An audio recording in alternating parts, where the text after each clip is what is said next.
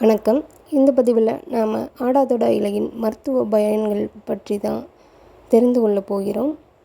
ஆடாதொடா இலைச்சாறும் தேனும் சம அளவாக எடுத்து சிறிது சர்க்கரை சேர்த்து தினமும் 4 வேளை குடித்து வந்தால் நுரையீரல், இரத்த வாந்தி, கோழை மிகுந்து மூச்சுத்திணறல், இருமல், இரத்தம் கலந்த கோழை குணமாகும். இது அளவில் குழந்தைகளுக்கு 5 சொட்டும், சிறுவர்களுக்கு அதாவது 12 வயது வரை 10 சொட்டும், பெரியவர்களுக்கு 15 சொட்டும் அளவாக கொடுத்தால் போதும்.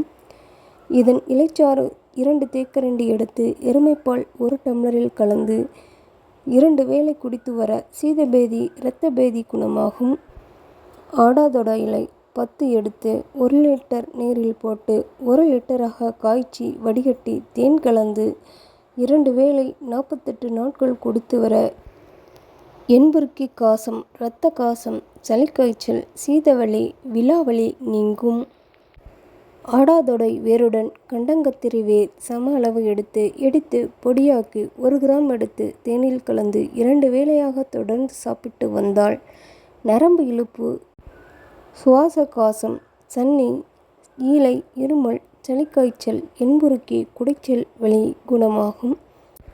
ஆடாதொடா இலையையும் காய்கள் இலையையும் வகைக்கு 1 கைப்பிடியளவு எடுத்து அரைத்து 1 லிட்டர் நீரில் போட்டு 200 மில்லியாக காய்ச்சி வடிகட்டி 2 வேளையாக குடித்து வர கரப்பான், குட்டம், கிரந்தி, மேகப்படை, ஊறல், விக்கல், வாந்தி, வயிற்றுவலி குணமாகும்.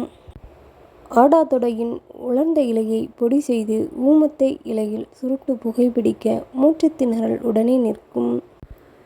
ஆடாதொடை இலை, துளசி, குப்பைமேனி வகைக்கு 1 கைப்பிடியளவு எடுத்து 1 லிட்டர் நீரில் போட்டு 200 மில்லியாக காய்ச்சி வடிகட்டி குடிக்க விஷம் முறியும். ஆடாதொடா இலையுடன் சிவனார், வேம்பு இலைகளை சம அளவாக எடுத்து அரைத்து நெல்லிக்காய் அளவு சாப்பிட்டு வெந்நீர் குடிக்க கட்டி போன்ற உள் இரணங்கள், நமைச்சல், சொறிசிரங்கு, பூச்சிக்கடி, விஷம் குணமாகும்.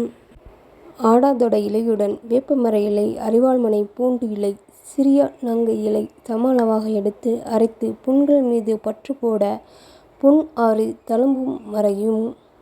இதன் இலையுடன் குப்பைமேனி இலையையும் சம அளவாக எடுத்து சேர்த்து அரைத்து பாவாடையின் நாடாப்புண் உள்ளவர்கள் இடுப்பை சுற்றி பற்று போட்டால் புண்ணும் ஆறிவிடும், தழும்பும் மறைந்துவிடும்.